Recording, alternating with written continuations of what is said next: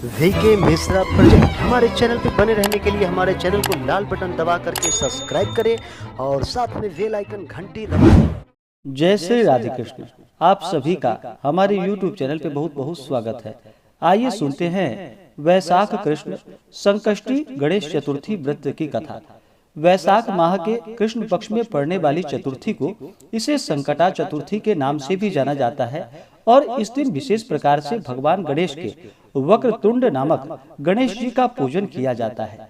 जो भी सच्ची श्रद्धा के साथ संकष्टी गणेश चतुर्थी का व्रत करते हैं उनके सभी प्रकार के दुख और संकट दूर हो जाते हैं तथा भगवान गणेश जी की कृपा से सुख और समृद्धि का आशीर्वाद प्राप्त होता है। गणेश चतुर्थी का व्रत जो कि हर माह के कृष्ण पक्ष और शुक्ल पक्ष की चतुर्थी तिथि के दिन किया जाता है।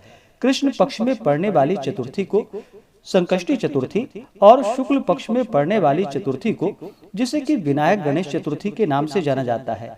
गणेश चतुर्थी के व्रत में दिन भर उपवास रहते हुए विशेष प्रकार से जो कि शाम को चंद्रोदय होने पर उस समय भगवान गणेश जी का पूजन किया जाता है। साथ में चौथ माता दुर्गा का पूजन किया जाता है और फिर चंद्र देवता को अर्घ्य प्रदान करने के बाद ही इस व्रत को पूर्ण माना जाता है। तो आइए सुनते हैं संकष्टी गणेश चतुर्थी व्रत की कथा। तो बोलिए प्रेम से भगवान गणेश की जय। एक समय की बात है कि माता पार्वती ने पूछा कि वैशाख के महीने की कृष्ण पक्ष की जो संकटा नामक चतुर्थी कही गई है उस दिन किस गणेश की विधि से पूजन करनी चाहिए और उस दिन भोजन में क्या ग्रहण करना चाहिए। गणेश जी ने उत्तर दिया कि हे माता, वैशाख कृष्ण चतुर्थी के दिन व्रत करना चाहिए। उस दिन वक्रतुंड नामक गणेश जी की पूजा करके भोजन में कमल गट्टे का हलवा लेना चाहिए। हे जननी, द्वापर युग में राजा युधिष्ठिर ने इस प्रश्न को पूछा था और उसके उत्तर में जो कुछ भगवान श्री कृष्ण ने कहा था मैं उसी इतिहास का वर्णन करता हूँ। आप श्रद्धा युक्त होकर सुने। हे राजन युधिष्ठिर, इस कल्याणदात्री चतुर्थी का जिसने व्रत किया और उसे जो फल प्राप्त हुआ है मैं उसे कह रहा हूँ। प्राचीन काल में एक रंती देव नामक प्रतापी राजा हुए। जिस प्रकार आग तृण समूहों को जला डालती है उसी प्रकार वे अपने शत्रुओं के विनाशक थे। उनकी मित्रता यम, कुबेर, इंद्रादिक देवों से थी। उन्हीं के राज्य में धर्मकेतु नामक एक श्रेष्ठ ब्राह्मण रहते थे। उनकी दो स्त्रियां थीं। एक का नाम सुशीला और दूसरा का नाम चंचला था। सुशीला नित्य ही कोई न कोई व्रत रखा करती थी। फलतः उसने अपने शरीर को कृश यानी कि दुर्बल बना डाला था। इसके विपरीत चंचला कभी भी कोई व्रत उपवास आदि न करके भरपेट भोजन ग्रहण करती थी। इधर सुशीला को सुंदर लक्षणों वाली एक कन्या हुई और उधर चंचला को पुत्र रत्न की प्राप्ति हुई। यह देखकर चंचला बारंबार सुशीला को ताना देने लगी कि अरे सुशीला, तूने इतना व्रत उपवास करके शरीर को जर्जर बना डाला, फिर भी एक कृषकाय कन्या को जन्म दिया। मुझे देख, मैं कभी व्रतादि के चक्कर में न पड़कर हिष्ट पुष्ट बनी हुई हूँ और वैसे ही बालक को भी उत्पन्न किया है। अपनी सौत का व्यंग बाण सुशीला के हृदय में चुभने लगा। वह पतिव्रता विधिवत गणेश जी की उपासना करने लगी। जब सुशीला ने भक्ति भाव से संकटनाशक गणेश चतुर्थी का व्रत किया, रात्रि में वरदायक गणेश जी ने उसे दर्शन दिया।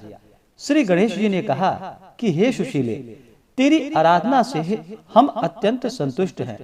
मैं तुम्हें वरदान दे रहा हूँ कि तेरी कन्या के मुख से निरंतर मोती और मूंगा प्रवाहित होते रहेगा। हे कल्याणी, इससे तुझे सदा प्रसन्नता रहेगी। और हे सुशीले, तुझे वेद शास्त्र वेदता एक पुत्र भी उत्पन्न होगा। इस प्रकार का वरदान देकर गणेश जी वहां से अंतर ध्यान हो गए। वरदान प्राप्ति के फल स्वरूप उस कन्या के मुंह से सदैव मोती और मूंगा झरने लगा। कुछ दिनों के बाद सुशीला को एक पुत्र उत्पन्न हुआ और तदंतर धर्मकेतु स्वर्गगामी हो गए। उसकी मृत्यु के अनंतर चंचला घर का सारा धन लेकर दूसरे घर में जाकर रहने लगी। परंतु सुशीला पति गृह में रहकर ही पुत्र और पुत्री का पालन पोषण करने लगी। उस कन्या के मुख से मोती मूंगा गिरने लगा। फलस्वरूप सुशीला के पास अल्प समय में ही बहुत सा धन एकत्रित हो गया। इस कारण चंचला उससे ईर्ष्या करने लगी। एक दिन हत्या करने के उद्देश्य से चंचला ने सुशीला की कन्या को कुएं में ढकेल दिया। उस कुएं में गणेश जी ने उसकी रक्षा की और वह बालिका सकुशल अपनी माता के पास लौट आई। उस बालिका को जीवित देखकर चंचला का मन उद्विग्न हो उठा। वह सोचने लगी कि जिसकी रक्षा ईश्वर करता है उसे कौन मार सकता है।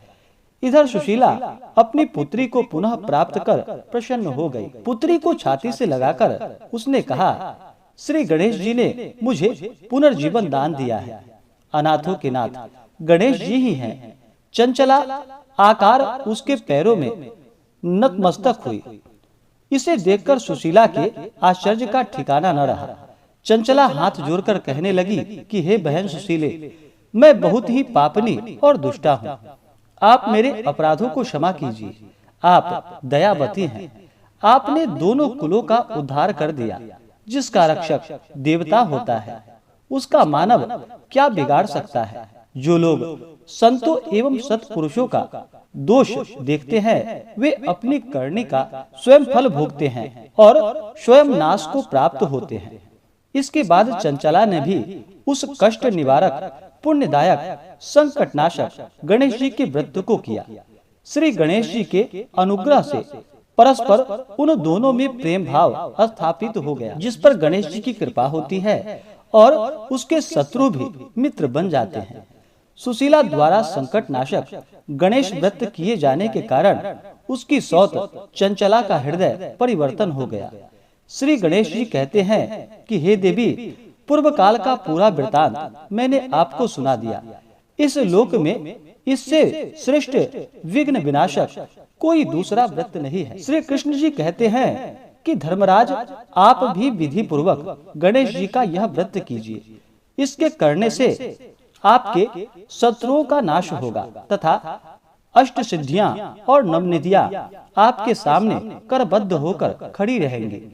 धर्म पारायण युधिष्ठिर, आप अपने भाइयों, धर्म पत्नी और माता सहित इस व्रत को कीजिए। इससे थोड़े समय में ही आप अपने राज्य को प्राप्त कर लेंगे। इस प्रकार से वैशाख कृष्ण संकष्टी गणेश चतुर्थी की कथा पूर्ण हुई।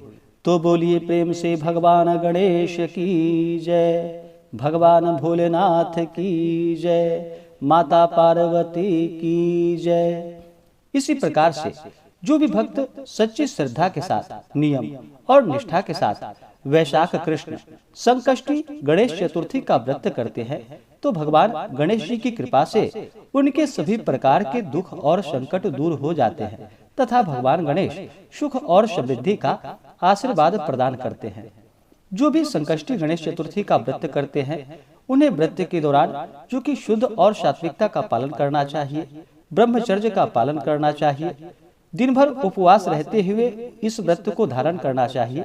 जो उपवास नहीं रह पाते हैं, जिनका स्वास्थ्य सही ना हो, वो एक समय फलाहार ग्रहण करे और शाम को चंद्रोदय होने पर उस समय भगवान गणेश जी का साथ में माता दुर्गा, जिसे कि चौथ माता के नाम से जाना जाता है, तो माता चौथ का पूजन करे। उसके बाद चंद्रोदय होने पर चंद्र देवता को अर्घ्य प्रदान करे। चंद्र देवता को जो कि कच्चे दूध का या जल का अर्घ्य प्रदान करना चाहिए। अक्षत, पुष्प, धूप, दीप आदि से पूजन करनी चाहिए। उसके बाद ही यह व्रत पूर्ण माना जाता है। उसके बाद भोजन में जो कि तेल युक्त भोजन बिल्कुल भी नहीं होना चाहिए। घृत युक्त भोजन बना करके उसे श्रद्धा भक्ति भाव के साथ प्रसाद के रूप में ग्रहण करना चाहिए। व्रत के लिए मन में अगर अश्रद्धा हो, अविश्वास हो तो उस व्रत को नहीं करना चाहिए, वह व्रत निष्फल ही माना जाता है। तो पूर्ण श्रद्धा भक्ति भाव के साथ ही व्रत को धारण करना चाहिए। इससे भगवान गणेश जी अति प्रसन्न होते हैं और अपने भक्तों के सभी प्रकार के दुख और कष्ट को दूर कर देते हैं तथा सुख और समृद्धि का आशीर्वाद प्रदान करते हैं। तो आशा करता हूँ कि यह जानकारी आपको अच्छा लगा हो।